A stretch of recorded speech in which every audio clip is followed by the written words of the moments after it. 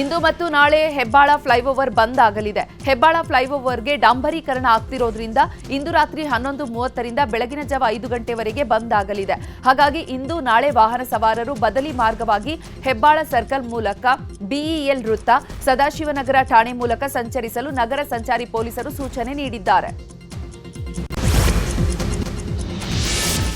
ಅಖಿಲ ಪಜ್ಜಿಮಣ್ಣು ತಮ್ಮ ಸುಮಧುರ ಕಂಠದಿಂದ ಎಲ್ಲರ ಮನೆ ಮಾತಾಗಿದ್ದಾರೆ. ಆದ್ರೀಗ ಅವರ ಬಾಳಲ್ಲಿ ಬಿರುಗಾಳಿ ಎದ್ದಿದೆ.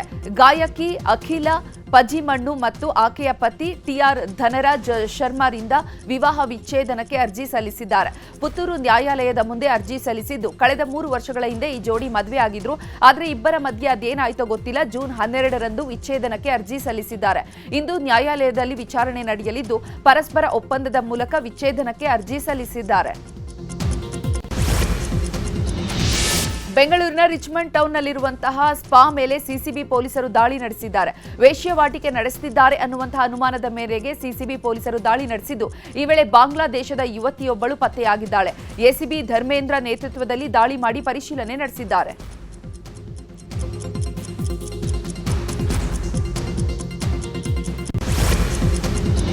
ಪ್ರತಿ ವರ್ಷ 10 ದಿನಗಳ ಕಾಲ ನಡೆಯುತ್ತಿದ್ದಂತಹ ವಿಶ್ವವಿಖ್ಯಾತ ಮೈಸೂರು ದಸರಾ ಈ ಬಾರಿ 11 ದಿನಗಳ ಕಾಲ ನಡೆಯಲಿದೆ. ಸೆಪ್ಟೆಂಬರ್ 22ರಿಂದ ಅಕ್ಟೋಬರ್ 2ರವರೆಗೆ ದಸರಾ ಉತ್ಸವ ನಡೆಯಲಿದೆ. ಸೆಪ್ಟೆಂಬರ್ 26, 27ರಂದು 2 ದಿನ ಪಂಚಮಿ ತಿಥಿ ಬಂದಿರೋದ್ರಿಂದ ಈ ಬಾರಿ 11ನೇ ದಿನ ವಿಜಯದಶಮಿ ಆಚರಣೆ ಮಾಡುವ ನಿರ್ಧಾರವನ್ನು ಮಾಡಿದ್ದಾರೆ. ರಾಜ್ಯದಲ್ಲಿ ಮುಂಗಾರು ಮಳೆ ಜೋರಾಗಿದೆ. ಕಳೆದೆರಡು ದಿನದಿಂದ ಬಿದ್ದಂತಹ ಮಳೆಗೆ ನದಿ, ಹಳ್ಳ, ಕೊಳ್ಳಗಳೆಲ್ಲ ತುಂಬಿ ಹರಿಯುತ್ತಿವೆ.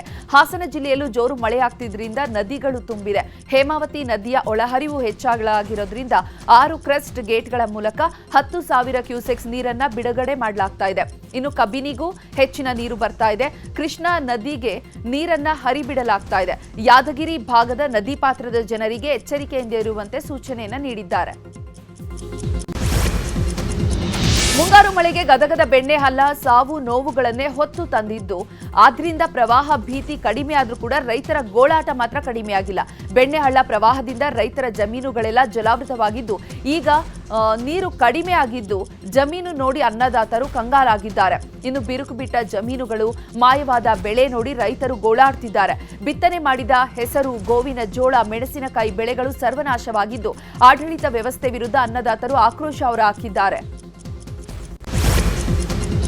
ಬೆಂಗಳೂರಿನಲ್ಲಿ ಕಳ್ಳರ ಹಾವಳಿ ಹೆಚ್ಚಾಗಿದೆ. ಚಡ್ಡಿ ಗ್ಯಾಂಗ್ ಆಯಿತು, ಈಗ ಓಮ್ನಿ ಕಾರ್ ಕಳ್ಳರ ಗ್ಯಾಂಗ್ ಸಿಟಿ ಮಂದಿ ನಿದ್ದೆಗೆಡಿಸಿದ್ದಾರೆ. ನಗರದಲ್ಲಿ ಓಮ್ನಿ ಕಾರ್ಗಳನ್ನೇ ಟಾರ್ಗೆಟ್ ಮಾಡ್ತಾ ಇದ್ದಂತಹ ಕಳ್ಳರ ಗ್ಯಾಂಗ್ ಎಲ್ಲರನ್ನ ಬೆಚ್ಚಿ ಬೀಳಿಸಿದ್ದಾರೆ.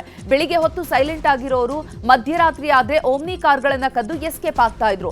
ಮನೆ ಮುಂದೆ ಕಾಂಪೌಂಡ್ ನಲ್ಲಿ ನಿಲ್ಲಿಸಿದ್ರೂ ಕೂಡ ಬಿಡ್ತಿರ್ಲಿಲ್ಲ. ಖದೀಮರಿಗಾಗಿ ಬಲೆ ಬೀಸಿದ ವಿದ್ಯಾರಣ್ಯಪುರ ಪೊಲೀಸರು 3ರನ್ನ ಬಂಧಿಸಿದ್ದಾರೆ. ಆರೋಪಿಗಳಿಂದ 12 ಲಕ್ಷ ಮೌಲ್ಯದ 6 ಓಮ್ನಿ ಕಾರನ್ನ ವಶಕ್ಕೆ ಪಡೆದಿದ್ದಾರೆ. ಕೋಲಾರ ಜಿಲ್ಲೆಯ ಶ್ರೀನಿವಾಸಪುರದ ಮಾವು ಬೆಳೆಗಾರರು ಸಂಕಷ್ಟಕ್ಕೆ ಪರಿಹಾರವೇ ಸಿಗ್ತಾ ಇಲ್ಲ. ಮಾವು ಬೆಳೆ ಕುಸಿತವಾಗಿದ್ರೆ ರೈತರಿಗೆ ಕಂಟಕವಾಗಿದೆ. ರಾಜ್ಯ ಸರ್ಕಾರದಿಂದ ಮಾವಿಗೆ ಬೆಂಬಲ ಬೆಲೆ ನೀಡಲು ಒತ್ತಾಯ ಮಾಡ್ತಿದ್ದಾರೆ. ಶ್ರೀನಿವಾಸಪುರ ಎಪಿಎಂಸಿ ಮಾರುಕಟ್ಟೆಯಲ್ಲಿ ತೋತಾಪುರಿ ಮಾವು ಬೆಲೆ ಕೆಜಿಗೆ 2ರಿಂದ 3 ರೂಪಾಯಿಗೆ ಮಾರಾಟ ಆಗ್ತಾ ಇದೆ. ಇದರ ಬದಲು ಸರ್ಕಾರದಿಂದ ಕೆಜಿಗೆ 4 ರೂಪಾಯಿ ಬೆಂಬಲ ಬೆಲೆ ನೀಡುವಂತೆ ರೈತರು ಒತ್ತಾಯ ಮಾಡ್ತಿದ್ದಾರೆ. ಜೊತೆಗೆ ಮಾವು ಬೆಲೆ ಕುಸಿತದ ವಿಚಾರ ಗಮನಿಸಿ ಹೃದಯಾಘಾತದಿಂದ ವ್ಯಾಪಾರಿ ಮೊಹಮ್ಮದ್ ಶಫೀವುಲ್ಲಾ ಸಾವನ್ನಪ್ಪಿದ್ರು. ಹೀಗಾಗಿ ಮರತನ ಕುಟುಂಬಕ್ಕೆ ಪರಿಹಾರವನ್ನ ನೀಡುವಂತೆ ಮನವಿಯನ್ನ ಮಾಡಿದ್ದಾರೆ. ಚಾಮರಾಜನಗರ ಜಿಲ್ಲೆ ಹನೂರು ತಾಲೂಕಿನ ದಯಾನಂದ ಎಂಬ ಪ್ರಗತಿಪರ ರೈತ 25ಕ್ಕೂ ಹೆಚ್ಚು ತಳಿಯ ಮಾವಿನ ಬೆಳೆ ಬೆಳೆದಿದ್ದಾರೆ. ಇನ್ನು ಬಾದಾಮಿ, ರಸಪುರಿ, ತೋತಾಪುರಿ ಹೀಗೆ ಬೆರಳೆಣಿಕೆಯಷ್ಟು ತಳಿಯ ಮಾವಿನ ಹಣ್ಣು ಮಾತ್ರ ಸಾಮಾನ್ಯವಾಗಿ ಎಲ್ರಿಗೂ ಗೊತ್ತು. ಆದರೆ ಮಾವಿನ ಹಣ್ಣುಗಳಲ್ಲಿ ಮಲ್ಲಿಕಾ, ದಶೇರಿ, ಮದನಪಲ್ಲಿ, ರಸಾಲು, ಕಲಪ್ಪಾಡಿ ಹೀಗೆ 16 ತಳಿಗಳಿದ್ದು, ಈ ಬಗ್ಗೆ ವಿದ್ಯಾರ್ಥಿಗಳಿಗೆ ಅರಿವು ಮೂಡಿಸಬೇಕು, ಅವುಗಳ ರುಚಿಯನ್ನ ತೋರಿಸಬೇಕು ಅಂತ ದಯಾನಂದ್ ತಮ್ಮ ಮಾವಿನ ತೋಟದಲ್ಲಿ ವಿದ್ಯಾರ್ಥಿಗಳಿಗಾಗಿ ಮಾವು ಮೇಳ ಆಯೋಜಿಸಿದ್ದಾರೆ.